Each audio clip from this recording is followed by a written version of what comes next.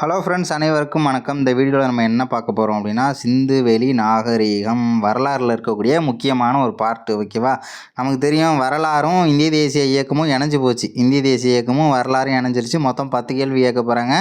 5 கேள்வின்றது இதில் தான் வரும். அதுவும் சிந்துவெளி ரிலேட்டடாக கொஸ்டின் இல்லாத கேள்வித்தாளி இல்லைங்கிறதையும் உங்களுக்கே தெரிஞ்சிருக்கும். ஓகேவா? எந்த அளவுக்கு முக்கியம் அந்த பாடம் அப்படின்றது உங்களுக்கே தெரியும். அதுவும் இல்லாமல் சிந்துவெளி நாகரிகங்கிறது வரலாறில் இருக்கக்கூடிய முதல் பாடம். சிந்துவெளி நாகரிகம் ரொம்ப முக்கியமான ஒரு பாடம். ஸோ இதில் நம்ம என்னென்னலாம் பார்க்கலாம் அப்படின்னா, ஃபஸ்ட்டு காலக்கோடு அப்படின்றது தெரிஞ்சுக்கணும். நிறைய நாகரிகங்கள் அப்படின்றது உருவாகி இருக்கும். எந்த நாகரிகம் ரொம்ப பழமையானது அப்படின்றது நமக்கு தெரியணும். இப்போ ஃபஸ்ட்டு ஒன்று பார்த்தோம்னா மெசபடோமிய நாகரிகம் அப்படின்னு சொல்லுவாங்க. இது பார்த்தோம்னா கிமு 3500 ஆரம்பித்து 2000 வரைக்கும் போ ஆ மு அப்படின்னு சொல்லுவாங்க. ஏன் இந்த கிமுவை போ ஆ மு அப்படின்னு சொல்கிறாங்கன்னா, கிமுன்றது கிறிஸ்து பிறப்புக்கு முன்பு அப்படின்னு சொல்லுவாங்க இல்லையா? பிறப்பிற்கு முன்பு அப்படின்னு சொல்லுவாங்க. கிபி அப்படின்னா கிறிஸ்துவுக்கு பின் அப்படின்னு சொல்லுவாங்க. ஸோ அது பார்த்தோம்னா கடவுள் பேரை வச்சு வருது அப்படின்றதுனால பொது ஆண்டுக்கு முன் பொது ஆண்டு அப்படின்னு சொல்கிறாங்க. பொது ஆண்டுக்கு முன் அப்படிங்கிறது கிமு. ஓகேவா? அதேமாதிரி பொது ஆண்டு அப்படின்னா கிபியை குறிக்கக்கூடிய வார்த்தை. அடுத்தது பார்த்தோம்னா சிந்துவெளி நாகரிகம் 3300 ஆரம்பித்து 1900 வரைக்கும் ரொம்ப முக்கியமானது. அடுத்தது எகிப்து நாகரிகம் 3100 ஆரம்பித்து 1100 வரைக்கும் சொல்லியிருக்காங்க. அடுத்தது பார்த்தோம்னா சீன நாகரிகம். ஓகேவா? சீன நாகரிகம் அப்படிங்கிறது 1700லேருந்து 1122 1122. ஓகேவா? ஸோ அது வரைக்கும் 4 நாகரிகம் இருக்குது. நம்ம படிக்க போகிறது என்னென்னா சிந்துவெளி நாகரிகம் என்னென்னலாம் கொடுத்துருக்காங்க அப்படின்றத நம்ம பார்க்கலாம். ஃபஸ்ட்டு மக்கள் ஏன் நதிக்கரையில் குடியேறினாங்க? நமக்கு தலைப்பே பார்த்தோம்னா சிந்து சமவெளி நாகரிகம் அப்படின்றது தான் சொல்லணும். சமவெளிங்கிறது என்ன அப்படின்னா, ஆறுகளால் படிய வைக்கக்கூடிய ஒரு நிலப்பகுதி. ஓகேவா? மேலே உயரமான பகுதியிலேருந்து ஆறுகள் நீர் எல்லாமே கீழே சமவெளி பகுதியை நோக்கி வரும்போது மேலே இருக்கக்கூடிய மண்ணெல்லாம் அரிச்சிக்கிட்டு என்ன பண்ணும் அப்படின்னா படிய வைக்கும். ஓகேவா? படிய வைக்கும் போது உருவாகக்கூடிய ஒரு நிலப்பகுதி தான் அந்த சமவெளி அப்படின்னு சொல்கிறாங்க. ஸோ மக்கள் ஏன் நதிக்கரையில் குடியேறினர் அப்படின்னாருன்னா தெரிஞ்சுக்கணும். ஏன்னா அங்கே வளமான மண் இருக்குது. அதே மாதிரி ஆறுகளில் பாயும் நன்னீர் குடிக்கலாம். அதே மாதிரி பார்த்தோம்னா கால்நடைகளின் தேவைகளுக்கு நீர் பாசனம் விவசாயம் பண்ணுறதுக்கெலாம் யூஸ் பண்ணிக்கலாம். அதே மாதிரி போக்குவரத்துக்கு ஏற்ற வழிகளாகவும் இருந்ததுன்றதுனால தான் மக்கள் சமவெளி பகுதியில், அதாவது நதிக்கரையில் குடியேறினாங்க. அதேமாதிரி ஹரப்பா பார்த்தோம்னா, ஹரப்பா என்ற வார்த்தையின் பொருள் பார்த்தோம்னா புதையுண்ட நகரம். அதே மாதிரி மொஹஞ்சதாரோ அப்படின்னா இடுகாட்டு மேடு அப்படின்னு சொல்லுவாங்க. ஹரப்பா அப்படின்ற ஒரு வார்த்தையோட பொருள் புதையுண்ட நகரம் அப்படின்னு சொல்கிறாங்க. இந்த ஹரப்பா நகரத்தின் இடிபாடுகளை ஃபஸ்ட்டு கண்டுபிடிச்சி தன்னுடைய நூலில் அதை எக்ஸ்பிளைன் பண்ணது யார் அப்படின்னா சார்லஸ் மேசன் அப்படிங்கிறவர் தான் சொல்லியிருக்கார். அடுத்தது பார்த்தோம்னா அவர் யார் அப்படின்னா கிழக்கிந்திய கம்பெனியில் பணிபுரிந்த ஒரு படை வீரர், அதே மாதிரி ஆராய்ச்சியாளர்னு சொல்லலாம். அதே மாதிரி அவர் தற்போது பாகிஸ்தானில் உள்ள இந்தியாவின் வடமேற்கு பகுதியை பார்வையிட்ட போது செங்கல் திட்டு இருக்கிறதெல்லாம் பார்த்தார். ஓகேவா? செங்கல் திட்டுகள், என்னடா அது ஒரே செங்கல்லாக இருக்குது அப்படின்னு சொல்லிட்டு அவருக்கு ஒரு டவுட் வரும். அதே மாதிரி அடுத்தது என்ன பண்ணுறாரு அப்படின்னா, அந்த பாழடைந்த செங்கல் கோட்டை உயரமான சுவர்களுடனும் கோபுரங்களுடனும் ஒரு மலை மீது கட்டப்பட்டுள்ளது என குறிப்பிட்டார். இதுதான் ஹரப்பா இருந்ததற்கான முதல் வரலாற்று சான்று. அவர் பார்க்கும்போது அந்த இடத்துல எப்படி இருக்குன்னா, ஒரு சாதாரண பகுதிக்கு போகிறாங்க, இங்கே எப்படி இந்த கல் வந்துச்சு, இங்கே எப்படி இந்த மாதிரி பெரிய பெரிய கோட்டைகள் மாதிரி ஒரு அமைப்பெல்லாம் வந்துச்சுன்னு சொல்லிட்டு அவருக்கு டவுட் வரும்ல. நமக்கே டவுட் வரும்ல. ஸோ அந்த மாதிரி ஒரு சந்தேகம் வந்திருக்கு. அப்போ தான் தெரிய வருது, ஸோ அப்போ இங்கே மக்கள் இருந்திருக்காங்க அப்படின்னு சொல்லிட்டு அவருக்கு தெரிய வருது. இருந்தாலும் நம்ம என்ன தெரிஞ்சுக்கணும் அப்படின்னா, ஹரப்பா இருந்ததற்கான முதல் வரலாற்று சான்றுங்கிறது அந்த பாழடைந்த செங்கல் கோட்டை அப்படின்றதையும் சொல்லியிருக்காங்க. அதே மாதிரி ஹரப்பாவிற்கு முதலில் வருகை புரிந்தவர் யார் அப்படின்னு கேட்டாங்கன்னா சார்லஸ் மேசன். ஓகேவா? இது எப்படி ஞாபகம் வச்சுக்கலாம் அப்படின்னா, செங்கல் மேக்ஸிமம் யாருங்க செங்கல் ரிலேட்டடாக வேலை பார்க்குறது அப்படின்னா மேசன்னு சொல்லுவாங்க. இந்த கொத்தனாரை மேசன் அப்படின்னு சொல்லுவாங்க இல்லையா? சார்லஸ் மேசன் அப்படின்னு கூட நீங்கள் லிங்க் பண்ணிக்கலாம். அடுத்தது என்னென்னா கிபி, அதாவது பொது ஆண்டு 1856 என்ன நடக்குதுன்னா, இன்ஜினியர், அதாவது இந்த ரயில் பாதையெல்லாம் அமைக்கிறாங்க. பொறியாளர்கள் என்ன பண்ணுறாங்க அப்படின்னா லாகூர்லேருந்து கராச்சி வரைக்குமான ரயில் பாதை அமைக்கிறாங்க. இதை பழைய புத்தகங்கள்லாம் எப்படி கொடுத்துருப்பாங்க அப்படின்னா லாகூர் டு முல்தான் அப்படின்னு கொடுப்பாங்க. ஸோ அந்த பகுதிக்கு இடையில் ரயில் பாதை அமைக்கும் போது அந்த செங்கல்லாம் இருந்துச்சு இல்லையா, ஸோ செங்கலெல்லாம் வந்து யூஸ் பண்ணிக்கிட்டாங்க. ரயில் பாதைக்கு தேவைப்படுது அப்படின்னு சொல்லிக்கிட்டு அதோட முக்கியத்துவம் என்னன்னே தெரியாமல் என்ன பண்ணிட்டாங்க, ரயில் பாதை அமைக்கிறதுக்கு அந்த கல்லெல்லாம் எடுத்து யூஸ் பண்ணிக்கிட்டாங்க. கிபி 1920 தொல்பொருள் ஆய்வாளர்கள் என்ன பண்ணுறாங்க அப்படின்னா, ஹரப்பா மற்றும் மொஹஞ்சதாரோ நகரங்களை அகழாய்வு செய்ய ஆரம்பிக்கிறாங்க. இங்கே எப்படி இந்த செங்கல் வந்துச்சு, ஒரு பொருள் ஒரு இடத்துல இருக்குது அப்படின்னா இங்கே எப்படி இந்த பொருள் வந்துச்சுன்ற ஒரு கொஷின் மார்க்ன்றது வரும் தெரியுமா. ஸோ அந்த மாதிரி தான் அப்போ தான் என்ன பண்ணுறாங்க, நீண்ட நாள் மறைந்து கிடந்த நகரத்தின் எஞ்சிய பகுதிகளை உலகத்தின் பார்வைக்கு கொண்டு வந்தார்கள் அப்படின்னு சொல்கிறாங்க. 1924 இந்திய தொல்பொருள் ஆய்வுத்துறையோட இயக்குனராக ஒருத்தர் இருக்கார். ரொம்ப ரொம்ப முக்கியமான ஒரு ஆள். யார் அப்படின்னா அவர் பேர் வந்து சர் ஜான் மார்ஷல் அப்படிங்கிறவர். Sir John Marshall. அதை பார்க்குறதுக்கு முன்னாடி இந்த தகவல் பேழையில் என்ன கொடுத்துருக்காங்க அப்படின்னா, நாகரீகம் என்ற சொல்லானது பண்டைய லத்தீன் மொழி சொல்லான சிவிஸ் என்பதிலிருந்து வந்தது. ஓகேவா, நாகரிகம் அப்படிங்கிறது லத்தீன் மொழி சொல்லான சிவிஸ் என்ற வார்த்தையிலிருந்து பெறப்பட்டதுன்னு சொல்லியிருக்காங்க. அந்த சிவிஸ் அப்படின்னா நகரம் அப்படின்றது பொருள் அப்படின்றதையும் சொல்லியிருக்காங்க. 1924 சர் ஜான் மார்ஷல் வந்து பார்த்தோம்னா அந்த அமைப்போட தலைவராக இருக்கும்போது ஒரு முக்கிய பொறுப்பில் இருந்திருப்பார். அவர் என்ன பண்ணுறாரு, ஹரப்பாவிற்கும் மொஹஞ்சதாரோவிற்கும் இடையே பொதுவான அம்சங்கள் இருக்கிறத பார்க்குறாரு. ஹரப்பான்னு சொல்கிறாங்க, அதேமாதிரி மொஹஞ்சதாரோன்னு இருக்குது. இந்த ரெண்டு பகுதிக்கு ஏதோ ஒன்று லிங்க் ஆகுது அப்படின்றது அவருக்கு தான் ஃபஸ்ட்டு என்ன பண்ணுறாங்க, அவர் சிங்க் ஆகுது. அவர் என்ன பண்ணுறாரு, ஏதோ இருக்குப்பா அப்படின்னு சொல்லிட்டு அவர் கண்டுபிடிக்கிறார். ஓகேவா, அதே மாதிரி என்ன வேறுபாடு, சின்ன அளவில் வேறுபாடு இருந்துச்சு, மண்பாண்டங்களுக்கு இடையே சிறிய அளவு வேறுபாடு இருந்ததை ஆராய்ச்சியாளர்கள் அதேமாதிரி கண்டுபிடிச்சிருப்பாங்க. ரெண்டுமே ஒரே மாதிரியான நாகரிகம் அப்படின்றதையும் முடிவு பண்ணுறாங்க. இந்திய தொல்லியல் துறை எப்படி சொல்லலாம் அப்படின்னா ஏஎஸ்ஐ அப்படின்னு சொல்லுவாங்க, ஆர்கியாலஜிக்கல் சர்வே ஆஃப் இந்தியா, டெல்லியில் இருக்கக்கூடிய ஒரு துறை. 1861 அலெக்சாண்டர் கன்னிங்ஹாம் என்ற சர்வேயர் நில அளவையாளர் உதவியுடன் நிறுவப்பட்டது தான் இந்த ஏஎஸ்ஐ அப்படிங்கிறது. அதே மாதிரி தமிழக தொல்லியல் துறை எந்த ஆண்டு நிறுவப்பட்டது அப்படின்னா, இது 1861 ப்ளஸ் 100 கூட்டினீங்கன்னா 1961 முடிஞ்சு போச்சா. அதே மாதிரி இந்த ஏஎஸ்ஐயினுடைய தலைமையகம் எங்கே இருக்குது அப்படின்னா நியூ டெல்லி, புதுடெல்லியில் இருக்குன்றதையும் மறந்துடாதீங்க. அடுத்தது கால வரையறை அப்படின்னு பார்க்கும்போது, புவி எல்லை அப்படின்னா ஆக்சுவலி இந்தியா இருக்கிறதே இங்கே தான், தெற்காசியா தானே. ஸோ அதை வந்து அதை காமனாக கொடுத்துருக்காங்க. தெற்காசியாவில் இருக்கக்கூடிய ஒரு பகுதி. காலப்பகுதி வந்து பார்த்தோம்னா வெண்கல காலம், செம்பு காலம் அப்படின்னு சொல்லலாம், வெண்கல காலம் அப்படின்னும் சொல்லலாம். காலம் அப்படின்னு பார்க்கும்போது ஆல்ரெடி பார்த்தோம்ல, கிமு 3300 ஆரம்பித்து 1900 வரைக்கும் இந்த சிந்துவெளி நாகரிகம் அப்படின்றதுனுடைய காலமாக உள்ளது. எப்படி கண்டுபிடிச்சாங்க இந்த காலத்தை அப்படின்னா, கதிரியக்க கார்பன் வயது கணிப்பு முறை மூலம் முடிவு செய்யப்பட்டது. ஏதாவது ஒரு பொருள் ஒன்று அங்கே இருந்திருக்கும், அந்த அகழாய்வில் ஏதாவது பொருள் கிடச்சிருக்கும். ஸோ அந்த பொருளில் இருக்கக்கூடிய கார்பனின் அளவு, அதனுடைய அடர்த்தி, அதனுடைய செறிவை வச்சு என்ன பண்ணுவாங்க, அதனுடைய இது எத்தனை ஆண்டுகள் பழமையான பொருள் அப்படின்றத கண்டுபிடிக்கலாம். ஸோ அப்படி கண்டுபிடிக்கும் போது அதனுடைய காலம் அப்படின்றது 3300 ஆரம்பித்து 1900 வரைக்கும் அப்படின்றதையும் கண்டுபிடிச்சிருக்காங்க. அடுத்தது என்னென்னா பரப்பளவு அப்படின்னு பார்க்கும்போது மொத்தம் 13 லட்சம் சதுர கிலோமீட்டர் இருந்ததாக சொல்லியிருக்காங்க. இதை வேறு எப்படி கேட்கலாம் அப்படின்னா 1.3 அப்படின்னு சொல்லியும் நமக்கு கேட்கலாம். 13 லட்சம் சதுர கிலோமீட்டர் அப்படின்றத நம்ம சொல்லலாம். அதே மாதிரி வந்து பார்த்தோம்னா 9th புக்கில் வந்து 15 லட்சம் சதுர கிலோமீட்டர் அப்படின்றதையும் சொல்லியிருக்காங்க. ஓகேவா, 13 லட்சம்னு சொல்லி 6வது புக்கில் இருந்தாலும் 15 லட்சம் அப்படின்னு சொல்லிட்டு நமக்கு வந்து 9th புக்கில் கொடுத்துருக்காங்க. ஓகேவா, அதை வந்து மறந்துட வேண்டாம். சரி, நமக்கு 11th என்ன கொடுத்துருக்காங்கன்னு பார்த்தோம்னா 13 லட்சத்தை வந்து 1.3 மில்லியன் சதுர கிலோமீட்டர் அப்படின்னு கொடுத்துருப்பாங்க. ஆக்சுவலி 1.3 மில்லியன் இதுவும் சரி, 13 லட்சம் ரெண்டுமே வந்து ஒன்று தான். ஆனாலும் தெரிஞ்சுக்கோங்க, நகரங்கள்னு பார்க்கும்போது இந்த சிந்துவெளி நாகரிகத்தில் மொத்தம் 6 பெரிய நகரங்கள் கண்டறியப்பட்டிருக்கு. பெரிய நகரம், ஓகேவா, சின்ன நகரம் கிடையாது, பெரிய பெரிய நகரங்கள் 6 நகரங்கள் கண்டுபிடிச்சிருக்காங்க. அதே மாதிரி 200க்கும் மேற்பட்ட கிராமங்களை வந்து கண்டுபிடித்ததாகவும் நமக்கு தகவல் வந்து கிடைச்சிருக்கு. வெண்கல காலம் என்பது மக்கள் வெண்கலத்தால் ஆன பொருள்களை பயன்படுத்திய காலம், அதுதான் வந்து வெண்கல காலம் அப்படின்றதையும் நமக்கு சொல்லியிருக்காங்க. அதே மாதிரி இந்திய எல்லைகளில் கண்டுபிடிக்கப்பட்ட இடங்கள் அப்படின்றது தெரியணும். நமக்கு கொஸ்டின்ஸ் அப்படிங்கிறது இங்கே வந்து நமக்கு நிறைய கொஸ்டின்ஸ் கேட்பாங்க. இப்போ உதாரணத்துக்கு பாருங்களேன், இப்போ தோலவீரான்னு கொடுத்துருக்காங்க, லோத்தல்னு இருக்குது. ஸோ இதெல்லாம் எந்த மாநிலத்தில் அமைந்துள்ளது அப்படின்னு சொல்லிட்டுலாம் நமக்கு கேட்பாங்க. அதெல்லாம் வந்து நம்ம வர வர பின்னாடி பார்ப்போம். இப்போ நகர நாகரிகம் அப்படின்னு பார்க்கும்போது ஹரப்பா நாகரிகம் அப்படின்றது ஒரு நகர நாகரிகம். எப்படி இதை வந்து நகர நாகரிகம் அப்படின்னு சொல்லி கண்டுபிடிச்சாங்க அப்படின்றது தெரிஞ்சிருக்கணும்.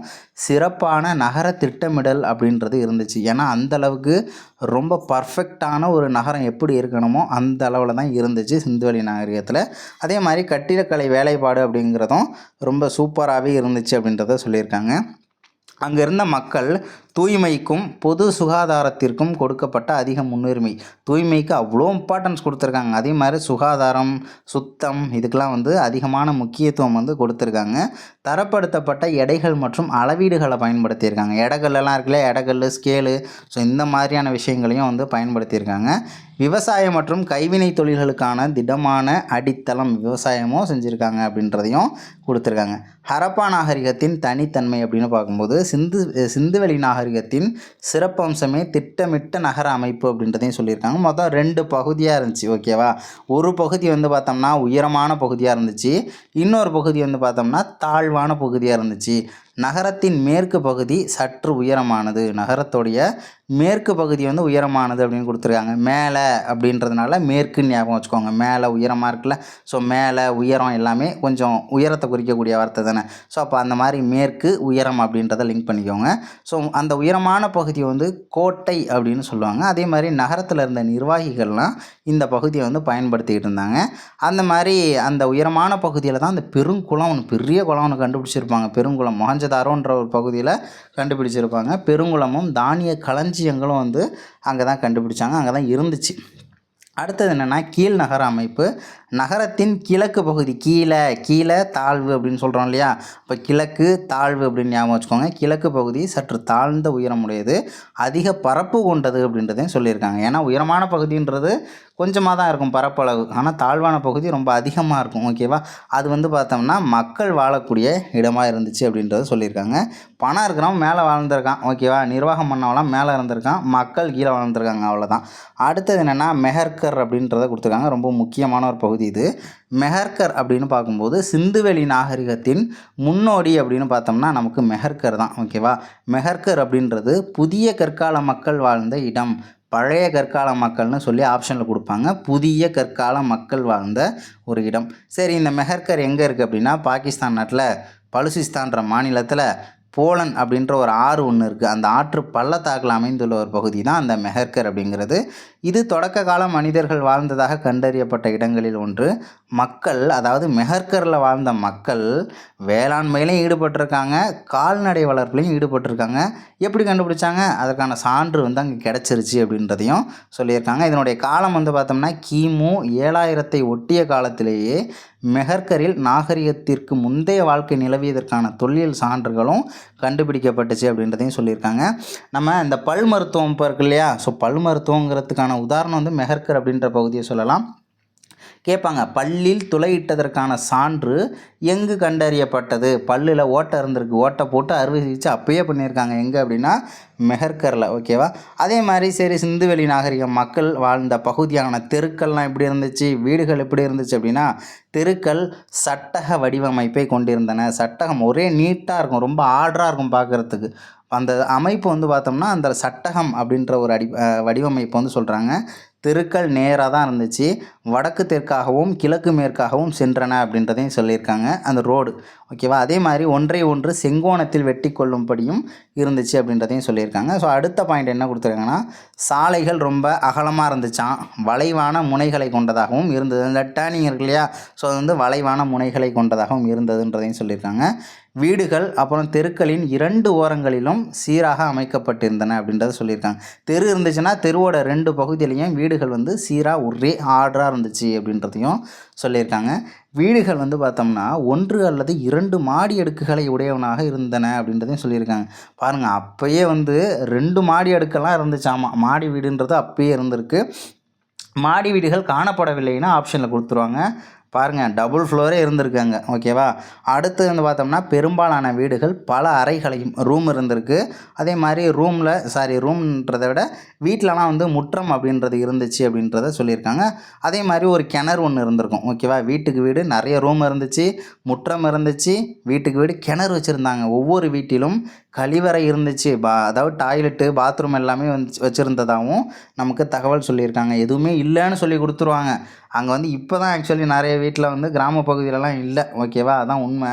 அதான் திறந்த வெளி கழிப்பிடம்ன்ற மாதிரி இப்போ எல்லாருமே வந்து திறந்த வெளியை பயன்படுத்திட்டு இருக்காங்க நிறைய கிராம பகுதிகளில். ஆனால் அப்போ உள்ள எப்படி இருந்திருக்கு பாருங்கள். அப்போ உள்ளதெல்லாம் வந்து பார்த்தோம்னா ஒவ்வொரு வீட்லேயும் பாத்ரூம் இருந்திருக்கு, ஒவ்வொரு வீட்லேயும் டாய்லெட் இருந்திருக்கு, ஒவ்வொரு வீட்லேயும் முற்றம் இருந்திருக்கு, மாடி வீடு இருந்திருக்கு, கிணறு இருந்திருக்கு, அதுமாரி படிக்கட்டெல்லாம் இருந்திருக்கும், ஓகேவா? அடுத்தது, வீடுகள் சுட்ட செங்கல்லால் கட்டப்பட்டது அப்படின்றதையும் சொல்லியிருக்காங்க. சுட்ட செங்கல், ஏன் சுட்ட செங்கல்லை யூஸ் பண்ணாங்க அப்படின்னா ரொம்ப ஸ்ட்ராங்காக இருக்கும் இல்லையா, ஸோ அதனால் யூஸ் பண்ணியிருப்பாங்க. சூரிய வெப்பத்தில் உலர வைக்கப்பட்ட செங்கற்களும் பயன்படுத்தப்பட்டன. காய வச்சு யூஸ் பண்ணியிருக்காங்க கல்லை. பெரும்பாலான செங்கற்கள் சீரான அளவுகள் உடையதாக இருந்தன. கூரைகள் சமதளமாக இருந்தன. அப்படின்னா நம்ம ஃப்ளோர் போடுறோம்ல மேலே, நம்ம வீட்டில் வந்து பார்த்தோம்னா மேலே ரூஃப் வந்து ஒரே இதாக இருக்குல்ல, சமதளமாக இருக்குல்ல, ஸோ அந்த மாதிரி வந்து கூரைகள் வந்து சமதளமாக இருந்துச்சு அப்படின்றதையும் சொல்லியிருக்காங்க. அரண்மனைகளோ வழிபாட்டு தலங்களோ இருந்ததை தீர்மானிக்கக்கூடிய சான்றுகள் எதுவும் இல்லை அப்படின்றதையும் சொல்லியிருக்காங்க. கிடைக்கலன்னு சொல்லியிருக்காங்க. கிடைக்கலன்னு தான் சொல்கிறாங்க, இல்லைங்கிறத சொல்லலை. கிடைக்கல, அவ்வளோதான். அரண்மனைகள் எதுவும் கிடையாது, வழிபாட்டு தலங்கள் கோவில் மாதிரி எதுவும் அமைப்புலாம் வந்து இல்லை அப்படின்றத சொல்லியிருக்காங்க. ஆனால் வந்து ஆப்ஷனில் அரண்மனைகள் கண்டுபிடிக்கப்பட்டது, வழிபாட்டு தலங்கள் சிவன் கோவில் இருந்துச்சுன்னு சொல்லி கொடுப்பாங்க. எது வேணாலும் என்ன பண்ணலாம், மாற்றி கொடுக்கலாம். ஸோ அடுத்தது வந்து கட்டடங்கள் கட்டுவதற்கு ஏன் சுட்ட செங்கற்கள் பயன்படுத்தப்படுகின்றன? ஏனென்றால் அவை வலுவானவை, கடினமானவை, நிலைத்து நிற்கக்கூடியவை, நெருப்பை கூட தாங்குபவை, மேலும் அவை நீரினால் கரையாது, அதனால் பயன்படுத்தினாங்க, அவ்வளோதான். கழிவு நீர் அமைப்பு அப்படின்னு பார்க்கும்போது இந்த மாதிரி செட்டப்பில் தான் இருந்திருக்கு. என்ன சொல்லியிருக்காங்கன்னா, ஏறத்தாழ எல்லா நகரங்களிலும் மூடப்பட்ட கழிவுநீர் வடிகால் அமைப்பு இருந்தது. வடிகால்கள் செங்கற்களை கொண்டும் கல் தட்டைகளை கொண்டும் மூடப்பட்டிருந்தன அப்படின்றதையும் சொல்லியிருக்காங்க. வடிகால் வந்து கழிவுநீர் ஒரே இடத்துல தேங்காமல் இருக்கணுங்கிறதுக்காக லைட்டாக அப்படியே சரிவாக வச்சுருப்பாங்க. மென் சரிவாக இருந்திருக்கும், தண்ணி ஈஸியாக ஓடணும்ல, அதனால். அதே மாதிரி வந்து கழிவுப் பொருட்களை அப்புறப்படுத்துறதுக்கு அங்கங்கே வந்து பார்த்தோம்னா துளைகளும் இருந்துச்சு அப்படின்றதையும் சொல்லியிருக்காங்க. வீட்டிலிருந்து கழிவுநீர் பல தெருக்களின் கீழ் அமைக்கப்பட்டிருந்த குழாய்கள் மூலமாக இணைக்கப்பட்டிருந்தன அப்படின்றதையும் நமக்கு தெரிஞ்சுக்கணும். அடுத்தது வந்து பார்த்தோம்னா பெருங்குளம் ஒன்று கண்டுபிடிச்சாங்க. எங்கே கண்டுபிடிச்சாங்க அப்படின்னா மொஹஞ்சதாரோ. பெரிய குளத்தில் போய் என்ன பண்ணணும், முகத்தை கழுவணும்னு ஞாபகம் வச்சுக்கோங்க. பெரிய குளத்தில் போய் முகத்தை கழுவணும் அப்படின்னு கூட ஞாபகம் வச்சுக்கலாம். இந்த பெருங்குளமானது நன்கு அகன்று செவ்வக வடிவத்தில் அமைந்திருந்த நீர்த்தேக்கம். பெருங்குளத்தை பற்றி கொஸ்டின்ஸ் அப்படிங்கிறது நிறைய டைம் கேட்டிருக்காங்க, எல்லாத்தையுமே தெரிஞ்சுப்போம். பெருங்குளம்னு சொல்கிறாங்க, அதே மாதிரி செவ்வக வடிவத்தில் இருந்துச்சு அப்படின்னு சொல்லியிருக்காங்க. நகரத்தின் நடுவில் அமைக்கப்பட்டிருந்ததுன்னு சொல்லியிருக்காங்க. நீர் கசியாத கட்டுமானத்துக்கு மிக பழமையான சான்றுங்கிறத கேட்டிருக்காங்க, ஓகேவா? நீர் கசியாத கட்டுமானத்திற்கான மிக மிக மிக பழமையான சான்று அப்படின்னா அது பெருங்குளம், மொஹஞ்சதாரோவில் கண்டறியப்பட்ட ஒரு குளம். இந்த குளத்தின் சுவர்கள் சுட்ட செங்கற்களால் கட்டப்பட்டு நீர் வந்து கசிஞ்சு போகக்கூடாதுல்ல, நீர் கசியாமல் இருப்பதற்காக சுவரிலும் தளத்திலும் பல அடுக்குகள் இயற்கை தார் கொண்டு பூசப்பட்டிருந்தன. இயற்கை தார் தான் வந்து நமக்கு எத்திக்ஸ் புக்கில் வந்து நீலக்கீல் அப்படின்னு கொடுத்துருப்பாங்க. நீலக்கீல் என்ற இயற்கை தார் கொண்டு பூசப்பட்டிருந்ததுன்னு கொடுத்துருப்பாங்க. 9th புக்கில் வந்து ஜிப்சம் செறிந்த தார் கொண்டு பூசப்பட்டிருந்தது அப்படின்றதையும் கொடுத்துருப்பாங்க. வடப்புறம் தென்புறத்தில் வந்து பார்த்தோம்னா, அதாவது குளத்தோட வடக்கு பகுதியிலையும் தெற்கு பகுதியிலையும் படிக்கட்டு இருந்திருக்கு, ஓகேவா? படிக்கட்டு இருந்திருக்கு. அதே மாதிரி வந்து பார்த்தோம்னா குளத்தின் பக்கவாட்டில் 3 பக்கம் 4 பக்கம் கிடையாது, 3 பக்கத்தில் ரூம் இருந்திருக்கு. அந்த ரூம் வந்து பார்த்தோம்னா ட்ரெஸ் சேஞ்ச் பண்ணிக்கிறதுக்காக வந்து பெண்களுக்காக கட்டப்பட்டிருக்கலாம், ட்ரெஸ் சேஞ்சுக்காக கட்டியிருக்கலாம், அந்த ரூம் வந்து யூஸ் பண்ணியிருக்கலாம் மக்கள் அப்படின்றதையும் சொல்லியிருக்காங்க. அருகில் இருந்த பக்கத்தில் வந்து ஒரு கிணறு ஒன்று இருந்திருக்கு. அந்த கிணத்துலேருந்து தண்ணி இறச்சி தான் வந்து பெருங்குளத்துக்கு யூஸ் பண்ணியிருந்திருக்காங்க. அதே மாதிரி யூஸ் பண்ண தண்ணியெல்லாம் வந்து வெளியேறவும் வகை செய்யப்பட்டிருந்தது அப்படின்றதையும் நமக்கு சொல்லியிருக்காங்க. அடுத்தது தானிய களஞ்சியம் ஹரப்பாவில் கண்டறியப்பட்டுச்சு. அந்த தானிய களஞ்சியம் அப்படின்னு பார்க்கும்போது, தானிய களஞ்சியம் செங்கற்களால் அடித்தளமிடப்பட்ட பெரிய உறுதியான கட்டட அமைப்பு. இவை தானியங்களை சேகரித்து வைப்பதற்காக பயன்படுத்தப்பட்டன அப்படின்றதையும் நமக்கு சொல்கிறாங்க. தலை வெடிப்புகள், ஓகேவா? அந்த வெடிப்புகள்லாம் இருக்கும்ல, தரையெல்லாம் கொஞ்சம் கொஞ்சம் வெடிச்சிருக்கும்ல, ஸோ அந்த வெடிப்புகளில் வந்து இந்த கோதுமை, பார்லி, திணை வகைகள், எள், பருப்பு, ஸோ இதெல்லாம் வந்து அங்கே சதறி அந்த கேப்லலாம் ஃபில் ஆகிருந்துச்சு அப்படின்றதையும் சொல்லியிருக்காங்க. ஸோ அதை வச்சே நம்ம கண்டுபிடிச்சிடலாம்ல என்னென்ன தானியங்களை வந்து அவங்க வந்து உற்பத்தி பண்ணியிருக்காங்க அப்படின்னு சொல்லிட்டு. அதே மாதிரி செங்கற்களால் கட்டப்பட்ட சுவர்களை கொண்ட தானிய களஞ்சியம் ஒன்று ஹரியானா மாநிலத்தில் கண்டுபிடிச்சிருக்காங்களாம். ஹரியானா மாநிலம் இருக்கக்கூடிய ஒரு பகுதி தான் ராக்கி கர்ஹின்னு சொல்லுவாங்க. ராக்கி கர்ஹி, ஓகேவா? ராக்கி கர்ஹி அப்படின்ற ஒரு பகுதியில் வந்து ஒரு தானிய களஞ்சியம் ஒன்று கண்டுபிடிக்கிறாங்க. அந்த தானிய களஞ்சியம் முதிர்ச்சி அடைந்த ஹரப்பா காலத்தை சார்ந்தது. நமக்கு தொடக்க கால ஹரப்பா, இடைக்கால ஹரப்பா எப்படி வேணாலும் கேட்கலாம். முதிர்ச்சி அடைந்த ஹரப்பா காலத்தை சார்ந்தது அப்படின்னு சொல்லியிருக்காங்க. அதே மாதிரி ராக்கி கர்ஹி அப்படின்ற பகுதி எந்த மாநிலத்தில் உள்ளது அப்படின்னு கேட்டோம்னா ஹரியானா மாநிலத்தில் உள்ளதுன்றதும் நம்ம தெரிஞ்சுக்கணும். அதே மாதிரி மாபெரும் கட்டடங்கள் எங்கெங்கெல்லாம் வந்து கட்டடங்கள் இருந்துச்சு அப்படின்றதையும் தெரிஞ்சுக்கலாம். மொஹஞ்சதாரோவில் இருந்த இன்னொரு மிக பெரும் பொது கட்டடம், மொஹஞ்சதாரோவில் வந்து பார்த்தோம்னா இன்னொரு பெரிய கட்டடம் ஒன்று பொதுவான கட்டடம். ஸோ அதையும் வந்து கண்டுபிடிச்சிருக்காங்க. அதை கூட்ட அரங்கு அப்படின்னு சொல்லுவாங்க. இது 20 தூண்கள் 4 வரிசைகளை கொண்டு பறந்து விரிந்த கூடமாகும். இது 20 தூண்கள் இருந்துச்சாம், 4 வரிசை இருந்துச்சாம். மொத்தம் 4 வரிசையில் கணக்கு பண்ணும்போது 20 தூண்கள் இருந்துச்சு அப்படின்றதையும் நமக்கு சொல்லியிருக்காங்க. அடுத்து வந்து பார்த்தோம்னா ஹரப்பா மக்கள் பெரும் வணிகர்களாக இருந்தனர். தரப்படுத்தப்பட்ட எடைகள் மற்றும் அளவைகள் அவர்களால் பயன்படுத்தப்பட்டன. பொருட்களின் நீளத்தை அளவிட, பொருட்களோட நீளம் இருக்கு இல்லையா, ஸோ அதை அளவிடுறதுக்காக பொருட்களின் நீளத்தை அளவிட அளவுகள் குறிக்கப்பட்ட குச்சியை வந்து யூஸ் பண்ணியிருக்காங்க. அதே மாதிரி வந்து சக்கர வண்டியை யூஸ் பண்ணியிருக்காங்க. ஆரக்கால் இல்லாத திடமான சக்கரத்தை போக்குவரத்துக்காக பயன்படுத்தியிருக்காங்க. அது என்ன ஆரக்கால் அப்படின்னா, சக்கரம்னாலே வந்து பார்த்தோம்னா நம்ம இப்போ வண்டி இருக்குல்ல, வண்டி யூஸ் பண்ணுறோம், அதனுடைய வீல் எப்படி இருக்குது, ஃபுல்லாமே அங்கங்கே கேப் இருக்கு இல்லையா இடையில, ஸோ அதுதான் வந்து அது ஆரக்கால் அப்படின்னு சொல்கிறாங்க. அந்த ரிம்முலாம் வரும்ல சைக்கிள் வீலில், அந்த ரிம்மு மாதிரியெல்லாம் இருக்காது. ஒரு மரத்தை அப்படியே ரவுண்டாக கட் பண்ணி கறிக்கடை பாய் வந்து வெட்டுவார் இல்லையா, ஒரு கறி வெட்டுறது, அதே மாதிரி ரவுண்டாக கட் பண்ணி அதுக்குள்ளே ஒரு ஓட்டையை போட்டு ஓட்டிக்கிட்டு இருப்பாங்க. ஸோ அதுதான் ஆரக்கால் இல்லாத சக்கரத்தை தான் யூஸ் பண்ணியிருக்காங்க. ஆரக்கால் இல்லாத சக்கரம். அதே மாதிரி மெசபடோமியாவுடன் விரிவான கடல் வணிகம் நடைபெற்று இருக்கிறது அப்படின்றதையும் கண்டுபிடிச்சிருக்காங்க. சிந்துவெளி முத்திரைகள் தற்கால ஈராக்கு, குவைத்து மற்றும் சிரியா ஆகிய பகுதிகளை குறிக்கும். பண்டைய மெசபடோமியாவில் உள்ள சுமேர் பகுதிகளில் கிடைத்துள்ளதையும் உறுதி செய்யப்பட்டுள்ளது அப்படின்றதையும் சொல்லியிருக்காங்க.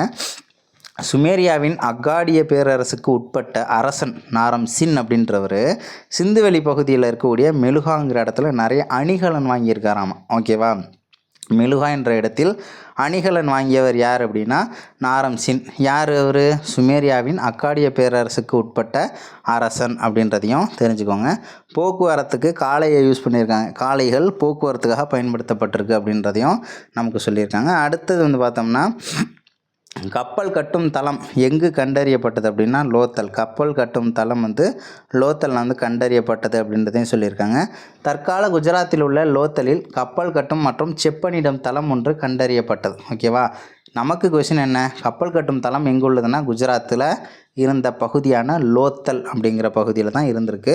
லோத்தல் என்னும் இடம் குஜராத்தில் சபர்மதி ஆற்றின் ஒரு துணை ஆற்றின் கரையில் அமைந்துள்ளது. சபர்மதியோட துணையாறில் இருந்த ஒரு பகுதி தான் அந்த லோத்தல் அப்படின்ற ஒரு இடம் அப்படின்றத சொல்லியிருக்காங்க. குஜராத்தில் இருக்கக்கூடிய பகுதி. மொஹஞ்சதாரோ தலைவர்னு கொடுத்துருக்காங்களா, ஒரு சிலை ஒன்று கண்டுபிடிச்சிருப்பாங்க. இந்த இருக்குல்ல, இந்த சிலையை வந்து பூசாரி சிலை அப்படின்லாம் சொல்லுவாங்க, மதகுரு சிலை அப்படின்லாம் சொல்லுவாங்க. இது வந்து அமர்ந்த நிலையில் கண்டறியப்பட்ட ஒரு சிலை. எங்கே கண்டுபிடிச்சாங்கன்னா மொஹஞ்சதாரோவில் கண்டுபிடிச்சாங்க. இந்த சிலை பார்க்குறதுக்கு எப்படி இருந்துச்சுன்னா நெற்றியில் வந்து ஒரு தலைப்பட்டையோடு இருந்துச்சான். அதேமாதிரி வலது கை மேல் பகுதியில் ஒரு சிறிய அணிகலன் இருந்துச்சுன்னு சொல்கிறாங்க. அதோட தலைமுடியெல்லாம் வந்து நல்லா சீவன மாதிரி நல்லா நீட்டாக இருந்துச்சு அப்படின்றதையும் சொல்லியிருக்காங்க. நல்லா பர்ஃபெக்டாக இருந்துச்சு, நன்றாக ஒழுங்குபடுத்தப்பட்டு இருந்துச்சு அப்படின்றதையும் சொல்லியிருக்காங்க. காதுகளின் கீழ் வந்து பார்த்தோம்னா ஹோல் இருந்துச்சான், காதில் வந்து ஓட்டை இருந்துச்சு. ஸோ அதில் வந்து காதில் இருக்கக்கூடிய அணிகலனை வந்து வேறு ஏதாவது தலையில் அணியும் அணிகலனை காது வரை இணைக்க பயன்படுத்தப்பட்டிருக்கலாம் அப்படின்றதையும் சொல்லியிருக்காங்க. இடது தோல் வந்து பார்த்தோம்னா பூக்கள் மற்றும் வளையங்களின் வடிவமைப்பில் அலங்கரிக்கப்பட்ட ஒரு மேலங்கியால் மூடப்பட்டுள்ளது அப்படின்றதையும் சொல்லியிருக்காங்க. மேக்சிமம் பெண்கள் வந்து சாரீ கட்டினாங்கன்னா அந்த முந்தானை இருக்குல்லையா, அதை வந்து லெஃப்ட் சைடு தானே போடுவாங்க. ஸோ இதுலேயும் வந்து பார்த்தோம்னா வலதுன்னு சொல்லிலாம் கொடுத்துட்டாங்கன்னா தப்பு. நார்மலாக இப்போவும் அந்த மாதிரி தானே யூஸ் பண்ணுறாங்க, இடது தோலில் தான். ஸோ அந்த முந்தானை பகுதின்றது இருந்துச்சுன்ற மாதிரி லிங்க் பண்ணிக்கோங்க. ஸோ அது வந்து பூக்கள் மற்றும் வளையங்களின் வடிவமைப்பில் இருந்துச்சு அப்படின்றதையும் சொல்லியிருக்காங்க. இது போன்ற வடிவமைப்பு அந்த பகுதியில் உள்ள மக்களால் இன்றளவும் பயன்படுத்தப்படுவது குறிப்பிடத்தக்கது. சரி, தொழில்நுட்பத்தில் எதுவும் கொடுத்துருக்காங்களா அப்படின்னு பார்ப்போம். சிந்துவெளி நாகரிக மக்கள் தரப்படுத்தப்பட்ட எடைகள் மற்றும் அளவீடுகளை உருவாக்கினர். ஓகேவா, எடைகள் மற்றும் அளவீடுகள்ன்றது இருந்திருக்கு. அதே மாதிரி குஜராத் மாநிலத்தில் உள்ள லோத்தலில் கண்டுபிடிக்கப்பட்ட தந்தத்தினாலான தந்தம், யானை தந்தம் இருக்குல்ல, ஸோ தந்தத்தினாலான அளவு கோல் ஒன்று கண்டுபிடிச்சிருக்காங்க. அதனுடைய அளவு வந்து பார்த்தோம்னா 1704 mm இருந்துச்சு அப்படின்றதையும் சொல்லியிருக்காங்க. ஓகேவா, 1704 mm வரைக்கும் சிறிய அளவீடுகளை கொண்டுள்ளது. மேக்ஸிமம் லிமிட்டு நமக்கு சொல்லலை. மிகச்சிறிய அளவீடுகள் அப்படின்னு பார்க்கும்போது வரைக்கும் இருந்துச்சான். அது 1704. அதன் சமகாலத்திய நாகரிகங்களில் கண்டறியப்பட்ட அளவுகோல்களில் இதுதான் மிகச்சிறிய பிரிவு அப்படின்றதையும் நமக்கு சொல்லியிருக்காங்க. தகவல் பேழைன்னு என்ன கொடுத்துருக்காங்கன்னா, மனிதர்களால் முதலில் கண்டுபிடிக்கப்பட்ட மற்றும் பயன்படுத்தப்பட்ட உலோகம் எது அப்படின்னா செம்பு தான். ஓகேவா, செம்பு தான் ஃபஸ்ட்டு மனுஷனால் கண்டறியப்பட்ட ஒரு உலோகம். அடுத்து என்னென்னா, மொஹஞ்சதாரோவில் வெண்கலத்தால் ஆன இந்த சிறிய பெண் சிலை கிடைத்தது. எந்த பெண் சிலை கிடைத்தது? இந்த பெண் சிலை தான் கிடைச்சிது. ஸோ இதை பார்க்கும்போது இந்த சிலையை நடனமாது சிலை அப்படின்னு சொல்லுவாங்க. ஓகேவா, நடனமாது என்ற குறிப்பிடப்படுகிற இந்த சிலையை பார்த்த சர் ஜான் மார்ஷல் அப்படிங்கிறவர் என்ன சொல்கிறாருன்னா, முதல்ல இந்த சிலையை நான் பார்க்கும்போது இது வரலாறுக்கு முந்தைய காலத்தின் உருவாக்க முறையை சேர்ந்ததாக தான் இருக்குன்றதையே என்னால் நம்புறதுக்கு ரொம்ப கஷ்டமாக இருந்துச்சு. ஏன்னா இது மாதிரி உருவாக்கம் பண்டைய மக்களுக்கு கிரேக்க காலம் வரைக்கும் தெரியாது. இவை ஏறத்தாழ 3000 வருஷத்துக்கு முன்னாடி தான் இருக்கும்னு சொல்லி நினச்சேன். அதே மாதிரி அது அந்த காலத்தை சேர்ந்ததாக தான் இருந்துச்சு அப்படின்றத சர் ஜான் மார்ஷல் அவர்கள் சொல்லியிருக்காரு. அடுத்தது கேவிடி வளாகம் அப்படின்னு ஷார்ட்கட்டுக்கு கொடுத்துருக்காங்க. கே ஃபார் கொர்க்கை, வி அப்படின்னா வஞ்சி, டீனா தொண்டி. இங்கிலீஷில் கேவிடி வளாகம் அப்படின்னு சொல்லுவாங்க. ஸோ இந்த பகுதிகள் என்னென்ன அப்படின்றத ஜஸ்ட்டு தெரிஞ்சுக்கோங்க. ஸோ அடுத்தது சிந்துவெளி நாகரிக மக்கள் அவங்க மறைந்த பொக்கிஷங்களை பற்றி உங்களுக்கு தெரியுமா? தெரியாதே, என்னென்னு பார்ப்போம். பொதுவாக பருத்தி ஆடைகளே பயன்பாட்டில் இருந்தன. பருத்தி காட்டன் யூஸ் பண்ணியிருக்காங்க. அங்கு கண்டுபிடிக்கப்பட்ட நூலை சுற்றி வைப்பதற்கான சுழல் அச்சுக்கள் மூலம் அவர்கள் அதாவது நூற்கவும் செய்திருக்கின்றனர் எனவும் தெரிய வருகிறது. கம்பளி ஆடைகளையும் யூஸ் பண்ணியிருக்காங்க. அன்பு அமைதின்னு பார்க்கும்போது அங்கே இருந்த மக்கள் ரொம்ப அமைதியான வாழ்க்கை வாழ்ந்திருக்கிறதா சொல்கிறாங்க. எப்படி அமைதியாக இருந்தாங்க அப்படின்றத கண்டுபிடிச்சாங்க அப்படின்னா, அங்கே ஆயுதங்கள் எதுவும் கண்டுபிடிக்கப்படலை. சரின்னு எத்திக்ஸ் புக்கில் போய் பார்த்தா அங்கே அமைதியாக மக்கள் வாழலை, நிறைய ஆயுதங்கள் கண்டுபிடிச்சாங்க. போர்லலாம் ஈடுபட்டுருக்கலாம்னு சொல்லி எத்திக்ஸில் கொடுத்துருக்காங்க. நான் அதனாலேயே என்ன பண்ணுறது, என்னடா இப்படி பண்ணுறீங்களேன்னு நினச்சிக்கிட்டு 6வதுனா இது, 7வதுனா அமைதியான மக்கள் வாழலை. ஓகேவா, 6வது வகுப்படி அமைதியாக தான் வாழ்ந்துருக்காங்க. ஓகேவா, ஏன்னா ஆயுதங்கள் பார்த்தோம்னா சாதாரணமாக அந்த காய்கறி வெட்டுற மாதிரியான கத்தி இது தான் கண்டுபிடிச்சதாகவும் சொல்லியிருக்காங்க. அடுத்தது, ஆண்கள் பெண்கள் இருபாலருமே ஆபரணங்களை விரும்பி அணிந்திருக்கின்றனர் அப்படின்றதையும் சொல்லியிருக்காங்க. அடுத்தது என்ன கொடுத்துருக்காங்க, தகவல் பேழை. சிந்துவெளி மக்களுக்கு தெரியாத உலோகம் எது, சிந்துவெளி மக்களுக்கு தெரியாத விலங்கு எதுன்றது ரொம்ப முக்கியமான பாயிண்ட்டு. அவங்களுக்கு இரும்பு தெரியாது, அதே மாதிரி குதிரை அப்படின்ற விலங்கை தெரியாது. மற்ற எல்லா விலங்கும் தெரியும், மற்ற எல்லா உலோகத்தையும் தெரியும். சிந்துவெளி மக்கள் ஆபரணம் செய்ய சிவப்பு நிற மணிக்கற்களை பயன்படுத்தினர். சிவப்பு நிற மணிக்கற்களை தான் கார்னிலியன் அப்படின்னு சொல்லுவாங்க. கார்னிலியன் அப்படின்றதையும் சொல்லியிருப்பாங்க, அதையும் தெரிஞ்சுக்கோங்க. ஏன்னா ஆப்ஷனில் வெறும் கார்னிலியன் மட்டும் கொடுத்தாலும் நம்ம ஆன்சர் பண்ணுறதுக்கு ரெடியாக இருக்கணும். சரி, அவங்கள நிர்வாகம் பண்ணினது யார் அப்படின்னா ஒரு அதிகார மையம் இருந்திருக்கணும் அப்படின்றதையும் சொல்லியிருக்காங்க. ஓகேவா, அந்த சிலைலாம் கூட கண்டுபிடிச்சாங்கல்ல, ஸோ அது சிலைலாம் கூட இந்த மாதிரி அதிகார தலைவராக கூட இருந்திருக்கலாம் அப்படின்றத கூட கொஞ்சம் ஓரெல்லாம் முடிவு பண்ணுறாங்க. தொழில் அப்படின்னு பார்க்கும்போது சிந்துவெளி மக்களின் முதன்மையான தொழில் பற்றி எதுவுமே தெரில. ஆனாலும் என்ன பண்ணாங்க, வேளாண்மை பண்ணாங்க, கைவினை பொருள்கள் செஞ்சாங்க, பானை வணிதல், அணிகலன்கள் செய்தல், ஸோ இந்த மாதிரி தொழிலெல்லாம் ஈடுபட்டிருக்காங்க. அவங்களுக்கு சக்கரத்தை பற்றி தெரியும். ஓகேவா, சக்கரத்தை பற்றி அவங்களுக்கு தெரியும். அடுத்தது பார்த்தோம்னா மண்பாண்டங்கள்லாம் எப்படி இருந்துச்சுன்னா சிவப்பு வண்ணத்தில் இருந்துச்சுன்னு சொல்லியிருக்காங்க. சிவப்பு கலரில் கொடுத்துட்டு அதில் கருப்பு வண்ணத்தில் அழகிய வேலைப்பாடுகள் செய்தனர். ஓகேவா, அந்த மண்ணை சுட்டுட்டோம்னாலே அது சிவப்பு கலரில் தான் இருக்கும். அதில் கருப்பு கலரில் டிசைன் பண்ணியிருக்காங்க. ஓகேவா. அடுத்தது சமய நம்பிக்கை. சிந்துவெளி மக்களின் வழிபாடு மற்றும் அவர்களின் மத நடைமுறைகள் பற்றி அறிய எந்த ஒரு ஆதாரமும் கிடைக்கல. அதனால தான் அரண்மனை வழிபாட்டு தலங்கள்லாம் கிடைக்கலன்னு சொல்லியிருப்பாங்க ஆல்ரெடி. அதே மாதிரி அங்கு கிடைக்கப்பட்ட பெண் சிலைகள் மூலம் சிந்துவெளி மக்களிடையே தாய் தெய்வ வழிபாடு இருந்திருக்கலாம் என தெரிய வருகிறது. இருந்திருக்கும் அப்படின்ற மாதிரி சொல்கிறாங்க. ஓகேவா. அடுத்தது கலைத்திறன். அவங்க நிறைய பொம்மையெல்லாம் செஞ்சாங்க, அதெல்லாம் கொடுத்துருக்காங்க. ஹரப்பா நாகரிகத்திற்கு நடந்தது என்ன அப்படின்னு பார்க்கும்போது 1900 பார்த்தோம்னா ஹரப்பா நாகரிகம் சரியாக ஆரம்பிச்சிது அப்படின்றதையும் சொல்லியிருக்காங்க. என்ன காரணமாக இருக்கலாம்னா, ஆற்றின் கரையில் உள்ள அந்த நகரங்களில் வெள்ளப்பெருக்கு வந்ததுனால மக்கள் வேறு இடத்துக்கு போயிருக்கலாம். அதேமாரி சுற்றுச்சூழல் மாறி போயிருக்கலாம். அடுத்தது படையெடுப்பு எதுவும் அந்த பகுதியில் உள்ள மக்கள்லாம் வேறு பகுதிக்கு போயிருக்கலாம். இயற்கை சீற்றங்களாக இருக்கலாம். காலநிலை மாற்றம், காடுகள் அழிஞ்சு போய் உணவுக்கு ரொம்ப தட்டுப்பாடாக இருந்திருக்கலாம். தொற்று நோய் தாக்குதல் மூலமாக எல்லா மக்களும் வேறு பகுதியை நோக்கி போயிருக்கலாம், இல்லை அழிஞ்சு போயிருக்கலாம். ஸோ இந்த மாதிரியான தகவல்லாம் கொடுத்துருக்காங்க. முதல் எழுத்து வடிவம் சுமேரியர்களால் உருவாக்கப்பட்டது. சுமேரியர் தான் ஃபஸ்ட்டு எழுத்து வடிவத்தை வந்து உருவாக்குனாங்க அப்படின்றதையும் கொடுத்துருக்காங்க. ஓகேவா? முதல் எழுத்து வடிவம் யாரால் உருவாக்கப்பட்டது அப்படின்னா சுமோ அப்படின்னு ஞாபகம் வச்சுக்கோங்க. சுமோ. ஓகேவா? அடுத்தது வேறு என்ன கொடுத்துருக்காங்க அப்படின்னா மொஹஞ்சதாரோவில் தொல்பொருள் ஆராய்ச்சி நடைபெறும் இடம் வந்து உலக பாரம்பரிய தலமாக யுனெஸ்கோ அமைப்பால் தேர்ந்தெடுக்கப்பட்டுள்ளது அப்படின்றதையும் சொல்லியிருக்காங்க. சிந்துவெளியை பற்றி காமனாக என்ன தெரிஞ்சுக்கணும்? உலகின் மிக பழமையான நாகரிகத்தில் ஒன்று, பழமையான 4 நாகரிகங்களில் பெரிய பரப்பளவு, அதிகமான பரப்பளவு இது தான். கிட்டத்தட்ட 13 லட்சம் சதுர கிலோமீட்டர் இல்லையா? அதேமாதிரி உலகின் முதல் திட்டமிடப்பட்ட நகரங்கள் நகர நாகரிகம் அப்படின்னு சொல்லுவாங்க. மேம்பட்ட சுகாதாரம் மற்றும் வடிகால் அமைப்பு இருந்துச்சு. சுத்தம் சுகாதாரம் அப்படின்றது ரொம்ப ஓங்கி இருந்துச்சு அப்படின்றதையும் சொல்லியிருக்காங்க. எப்படி இந்த வயது கணிப்புலாம் இருந்துச்சு அப்படின்னா கார்பன் 14 முறைன்னு சொல்லுவாங்க. அது வந்து ஒரு பொருள் வந்து எந்த அளவுக்கு கார்பனை கொண்டுள்ளதோ ஸோ அது அந்த அளவுக்கு அதனுடைய வயதை வந்து கண்டுபிடிக்கலாம், எத்தனை ஆண்டு பழமையானது இந்த பொருள் அப்படின்னு சொல்லிட்டு. ஸோ அதனால் இந்த முறையை வச்சு தான் வந்து கண்டுபிடிச்சிருப்பாங்க. அடுத்தது நாகரிகத்தின் பரப்பளவு அப்படின்னு பார்க்கும்போது மேற்கில் வந்து பலுசிஸ்தானில் மக்ரான் அப்படிங்கிற கடற்கரை, அதுமாதிரி கிழக்கில் வந்து ஹாக்ரா நதி பள்ளத்தாக்கு அப்படின்னு சொல்லுவாங்க. அது வடகிழக்கில் வந்து பார்த்தோம்னா ஆப்கானிஸ்தான், தெற்கில் வந்து பார்த்தோம்னா மகாராஷ்டிரா. ஏன்னா அது இருந்ததே வந்து பார்த்தோம்னா அந்த பஞ்சாப்புக்கிட்ட தான். முக்கியம் அந்த பஞ்சாப் அந்த பகுதியில் தான். அதுலேருந்து நீங்களே பாருங்களேன், அதிலே ஒரு ஸ்கொயர் ஒன்று போட்டு பார்த்தீங்கன்னா தெற்கு பகுதியில் மகாராஷ்டிரா தான் வரும். வடகிழக்குனா ஆப்கானிஸ்தான் இருக்கும். கிழக்கு பகுதினா ஹாக்ரா பள்ளத்தாக்கு, காகர்னா கங்கை பள்ளத்தாக்கு இருக்குல்ல, ஸோ அதை தான் வந்து சொல்கிறாங்க. அதுவே மேற்கு அப்படின்னா பலுசிஸ்தான் அந்த பகுதியில் போயிடும். ஓகேவா?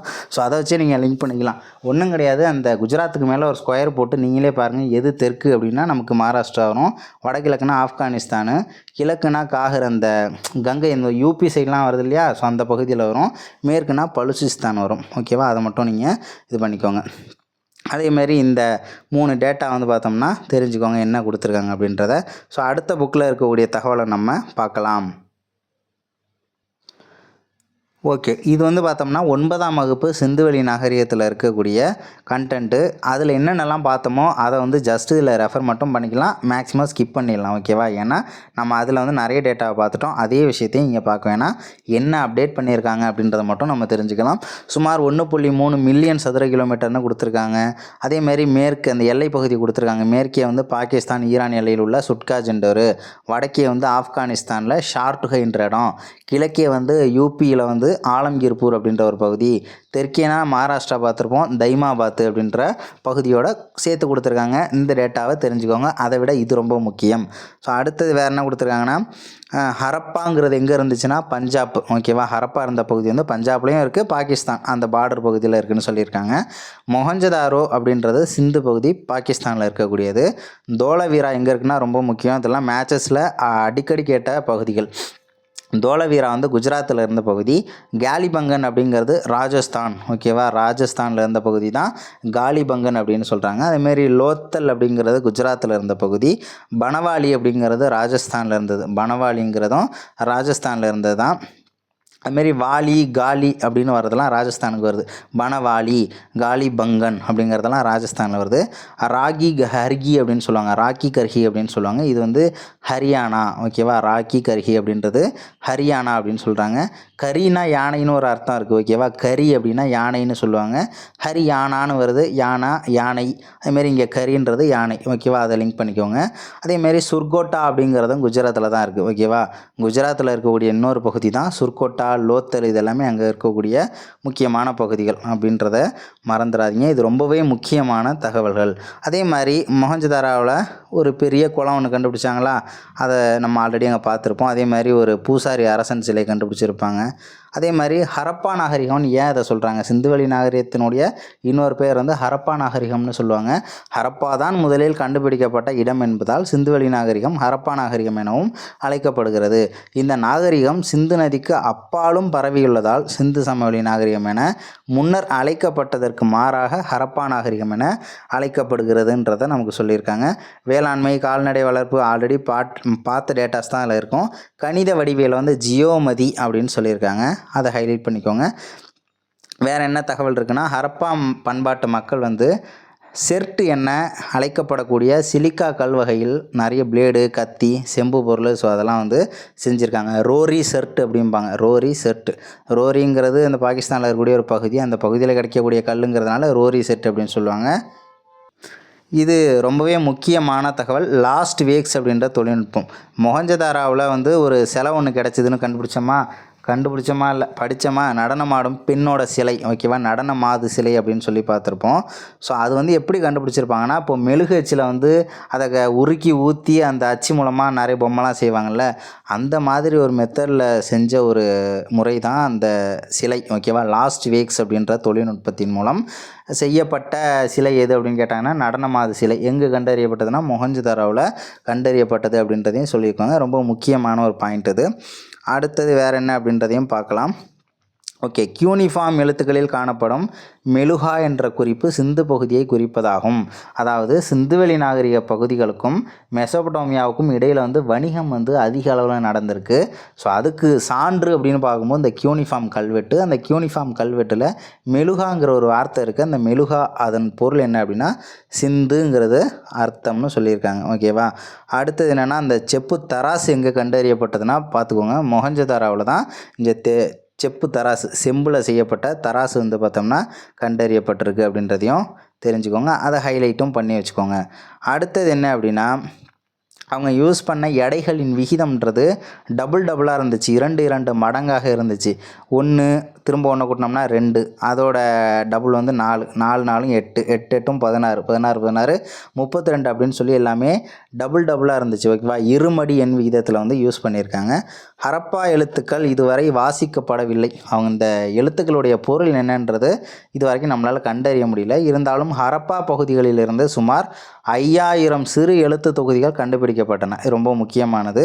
5000 எழுத்து தொகுதிகளை வந்து கண்டுபிடிச்சதாகவும் நமக்கு சொல்லியிருக்காங்க. அதேமாதிரி அந்த மொழிகள் வந்து திராவிட மொழிகளாக இருக்கலாம் அப்படின்ற ஒரு கூற்றும் வந்து பார்த்தோம்னா நம்ம பகுதியிலேருந்து சொல்லப்படுது. அதே மாதிரி அந்த நடனமாது சிலை எதனால் செய்யப்பட்டு இருந்தது அப்படின்னா அது வந்து ஒரு வெண்கல சிலை, ஓகேவா.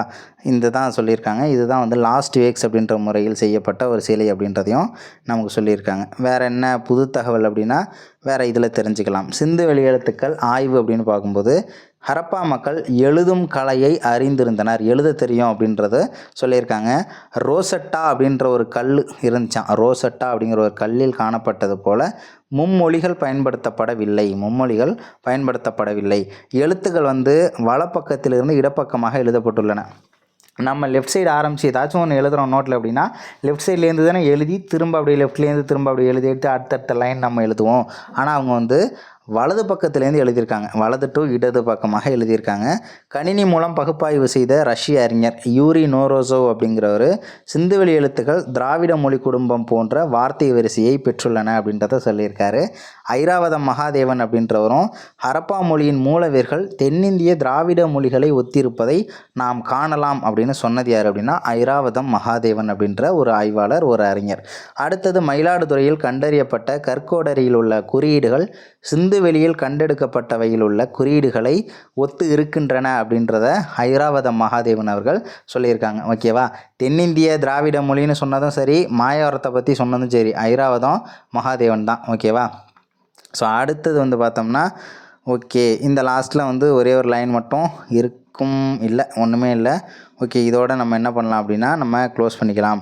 அடுத்து வந்து பார்த்தோம்னா அந்த இதையும் தெரிஞ்சுக்கலாம். மே 2007 வந்து தமிழ்நாடு தொல்லியல் துறையால் பூம்புகாருக்கு அருகில் மேலபெரும்பள்ளம் என்னும் இடத்தில் கண்டறியப்பட்ட பானைகளில் உள்ள அம்பு அந்த மாதிரியான குறியீடுகள்லாம் மொஹஞ்சதாரோவில் கண்டறியப்பட்ட இலச்சினை போன்று உள்ளன அப்படின்றதையும் சொல்லியிருக்காங்க. எங்கே அப்படின்னா 2007 மேலபெரும்பள்ளம் தமிழ்நாடு தொல்லியல் துறை மொஹஞ்சதாரோவில் கண்டுபிடிச்ச அந்த இலச்சினை மாதிரியே இருந்துச்சு அப்படின்றதையும் நமக்கு சொல்லியிருக்காங்க.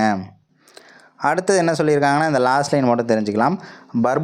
பர்போலோவின் கருத்துப்படி சிந்துவெளி எழுத்துக்களின் குறியீடுகள் திராவிட ஒற்றை குறிப்பு வேர்களுடன் ஒத்துப்போகின்றன அப்படின்றதையும் சொல்லியிருக்காங்க. மாயாவரத்தை பற்றி சொன்னது யார்? ஐராவதம் மகாதேவன். அதேமாதிரி தென்னிந்திய மொழின்னு சொன்னது யார்? ஐராவதம் மகாதேவன். திராவிட மொழி குடும்பம்னு சொன்னது யார்? யூரி நோரோசோவ், ஓகேவா. பர்போலோ என்ன சொல்லியிருக்காரு? சிந்துவெளி எழுத்துக்களின் குறியீடுகள் திராவிட ஒற்றை குறிப்பு வேர்களுடன் ஒத்துப்போகின்றன அப்படின்றத சொல்லியிருக்காரு. வேர்கள்னு சொல்லி வேர்னு வருதா, அங்கே பர்ருன்னு வருது, பர்ரு வேறு, ஓகேவா, வேறு பர்ரு ஒரு ஃப்ளோவாக வருதா. ஸோ அதை வச்சு என்ன பண்ணலாம், ஞாபகம் வச்சுக்கலாம். அடுத்தது என்ன பார்க்க போகிறோம் அப்படின்னா சிந்து நாகரிகம் 11ஆம் வகுப்பில் இருக்கக்கூடிய முக்கியமான பாயிண்ட்டு. அதேமாதிரி என்னென்ன பாயிண்ட் புதுசாக இருக்கோ ஸோ அதை மட்டும் பார்க்கலாம். இந்தியாவில் முதற்கட்ட நகரமயமாக்கத்தின் சின்னம் சிந்து நாகரிகம் அப்படின்றத சொல்லியிருக்காங்க. வேறு என்னென்ன சொல்லியிருக்காங்க அப்படின்னா தொடக்க கால ஹரப்பாங்கிறது முதிர்ச்சி அடைந்த ஹரப்பா, பிற்கால ஹரப்பா. இது வந்து மேட்சஸில் நிறைய நேரம் கேட்டிருக்காங்க. தொடக்க கால ஹரப்பா அப்படிங்கிறது 3000 to 2600, முதிர்ச்சி அடைந்த ஹரப்பா அப்படிங்கிறது 2600லேருந்து 1900, பிற்கால ஹரப்பா அப்படிங்கிறது 1900 to 1700 அப்படின்றதையும் கொடுத்துருக்காங்க. ரொம்ப முக்கியமான தகவல், மோஸ்ட் ரிப்பீட்டட் அப்படின்னா இந்த பாயிண்ட் வந்து நம்ம சொல்லலாம். அடுத்தது ஹரப்பாவுக்கு முதலில் வருகை தந்தவர் சார்லஸ் மேசன் அப்படின்னு சொல்லிட்டு பார்த்தாச்சு. 1826 போயிருக்காரு. அதே மாதிரி வந்து பார்த்தோம்னா 1831 அம்ரி என்னும் ஹரப்பா பண்பாட்டோடு தொடர்புடைய இடத்திற்கு வருகை தந்தவர் யார் அப்படின்னா அலெக்சாண்டர் ஃபேர்ன்ஸ் அப்படிங்கிறவர் 1831 அம்ரி அப்படிங்கிற ஒரு இடத்துக்கு வந்து போயிட்டு வந்திருக்காரு. அதே மாதிரி லாகூர் டு முல்தான் அந்த ரயில் பாதை அமைப்பதற்காக ஹரப்பான்றது அளிக்கப்பட்டுச்சுன்னு பார்த்துருப்போம். அந்த பகுதியில் வந்து ஒரு முத்திரை வந்து கண்டுபிடிக்கிறாங்க. ஒரு முத்திரை இந்திய தொல்லியல் அளவீட்டுத்துறையின் முதல் சர்வேயரான ஓகேவா அலெக்சாண்டர் கன்னிங்ஹாம் அப்படிங்கிறவருக்கு அந்த முத்திரை வந்து கிடச்சிருக்கு, ஓகேவா. அதே மாதிரி 1853, 1856, 1875 வந்து அவர் ஹரப்பாவை போய் பார்வையிட்டிருக்கார், ஓகேவா. அலெக்சாண்டர் கன்னிங்ஹாம் அப்படிங்கிறவருக்கு முத்திரை கிடச்சிருக்கு. அதே மாதிரி எந்தெந்த வருஷத்தில் ஹரப்பாவுக்கு போய் பார்த்துருக்காரு அப்படின்னா 1853, 1856, 1875. இது எப்படி நம்ம வந்து ஞாபகம் வச்சுக்கலாம் அப்படின்னா கன்னி பெண் முக்தி அடைஞ்சிட்டாங்க அப்படின்னு சொல்லி ஞாபகம் வச்சுக்கலாம். கன்னி பெண் முக்தி அடைஞ்சிட்டாங்க, முத்திரைன்றதுக்கு சொல்ல வரேன், ஓகேவா. ஸோ அடுத்து வந்து அங்கே ஆய்வு நடத்துறதுக்கு காரணமாக இருந்தது சர் ஜான் மார்ஷலு. அதே மாதிரி இந்திய தொல்லியல் துறையின் இயக்குனராக பொறுப்பேற்ற நிகழ்வு இந்திய வரலாறில் ஒரு பெரிய திருப்பு முனை அப்படின்றதையும் நமக்கு அவரை பற்றி சொல்கிறாங்க. அடுத்து வேறு என்ன சொல்லியிருக்காங்க அப்படின்னா ஓகே வேறு என்னன்னா அதனுடைய பரப்பளவு 1.5 மில்லியன் சதுர கிலோமீட்டர்னு இதில் கொடுத்துருக்காங்க. ஆப்ஷனில் 1.3, 1.5 ரெண்டுத்தில் எது இருக்கோ அதை நீங்கள் வந்து கரெக்டு அப்படின்னு சொல்லிட்டு போட்டுக்கலாம். அதேமாரி மேற்கு பகுதியில் எந்தெந்த எல்லைகள் அப்படின்றத நம்ம ஆல்ரெடி வந்து பார்த்துட்டோம். ஸோ அதனால் இதுலேயும் கொடுத்துருக்காங்க. அதில் வந்து கண்டிப்பாக மார்க் பண்ணி படிச்சுக்கோங்க. ஹரப்பாங்கிறது வந்து பார்த்தோம்னா பஞ்சாபில் இருக்குது, மொஹஞ்சதாரோ சிந்தில் இருக்குது, டோலவீரா, லோத்தல், சுர்கோட்டாலாம் குஜராத்து, கேலிபங்கன், பனவாலிங்கிறதெல்லாம் வந்து பார்த்தோம்னா நமக்கு எங்கே இருக்குது அப்படின்னா ராஜஸ்தானில் வரும். அதுமாரி ராகிகர்கி அப்படிங்கிறது வந்து பார்த்தோம்னா ஹரியானாவில் வரும். ஸோ இதெல்லாம் வந்து மேட்சஸில் கேட்பாங்க. அடுத்து வந்து பார்த்தோம்னா சுட்ட செங்கல் யூஸ் பண்ணாங்க, சுடாத செங்கல்லாம் யூஸ் பண்ணியிருக்காங்க. அது வந்து இதோடைய ஒரு அப்டேட்டாக இருக்குது. கழிவுநீர் வடிகால்கள் வந்து இருந்துச்சு. அதேமாதிரி வீடுகள் ஒன்றுக்கு மேற்பட்ட தளங்களை கொண்டிருந்த மாடி வீடு இருந்துச்சுன்னு சொல்லியிருக்காங்க. முற்றம் இருந்திருக்கும், ரூம் இருந்திருக்கும், பாத்ரூம் இருந்துச்சு, டாய்லெட் இருந்துச்சு, படிக்கட்டுகள் இருந்துச்சு. அதேமாரி பெரிய குளம் த கிரேட் பாத் அப்படின்னு சொல்கிறாங்க. இது வந்து மொஹஞ்சதாரோவில் கண்டறியப்பட்ட ஒரு குளம்.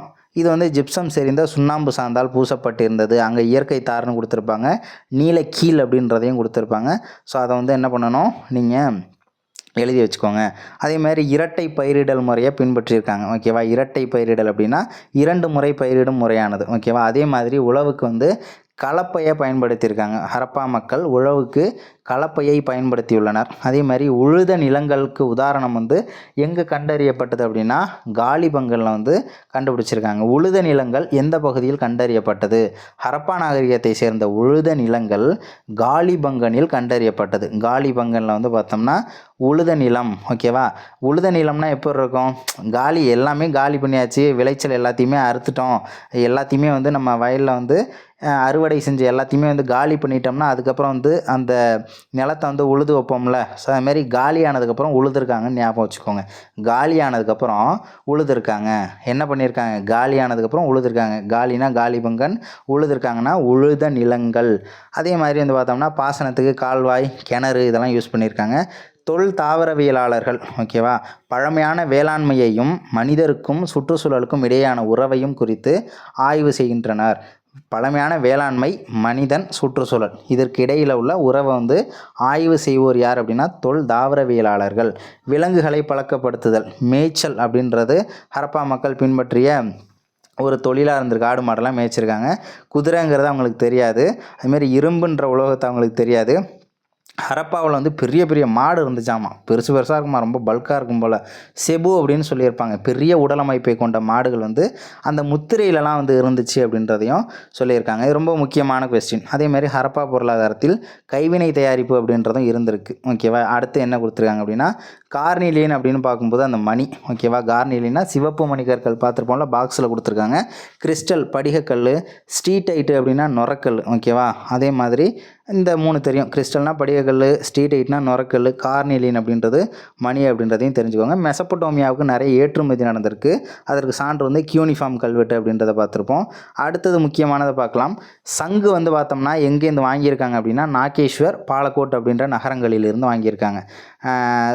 பாலக்கோட் அப்படின்னு கொடுத்துருக்காங்க, சங்குன்னு இருக்குது, நாகம் அப்படின்னு இருக்குது. ஓகேவா, கடவுள் என்ன பண்ணுவாங்க, கடவுள் அப்படின்னு மட்டும் ஞாபகம் வச்சுக்கோங்க. கடவுள் வந்து பார்த்தோம்னா சங்கு ஊதுவாங்களா, அந்த சில கோயில்கள்லாம் வந்து கடவுளுக்கு சங்கு, ஸோ அதெல்லாம் வந்து பார்த்தோம்னா படைக்கக்கூடிய ஒரு பொருளாகவும் இருக்கும். அதேமாரி கோயிலில் வந்து சங்குலாம் வச்சுருப்பாங்க. அதேமாரி சாமியோட கழுத்தில் வந்து நாகம் வந்து சுற்றிக்கிட்டு இருக்கும். பாலபிஷேகம் பண்ணுவாங்க, பாலக்கோட்டு, நாகம் வந்து சுற்றிக்கிட்டு இருக்கும். நாகேஸ்வர் சங்கு வச்சுருப்பாங்க, சங்கு அப்படி லிங்க் பண்ணிக்கோங்க. அடுத்தது வைடூரியம், ஷார்ட்டுகை. வைடூரியத்தை எங்கேருந்து வாங்கியிருக்காங்கன்னா ஷார்ட்டுகைன்ற பகுதியில் வாங்கியிருக்காங்க. இதை வந்து நம்ம எப்படி ஞாபகம் வச்சுக்கலாம் அப்படின்னா, இங்கே வந்து பார்த்தோம்னா வையின்னு வருது, அந்த வார்த்தையில் கையின்னு வருது, வைகைன்னு ஞாபகம் வச்சுக்கோங்க. வைகை, சங்குனா சாமி. ஓகேவா, நாகம் இருக்கும், பாலாபிஷேகம் பண்ணுவாங்க.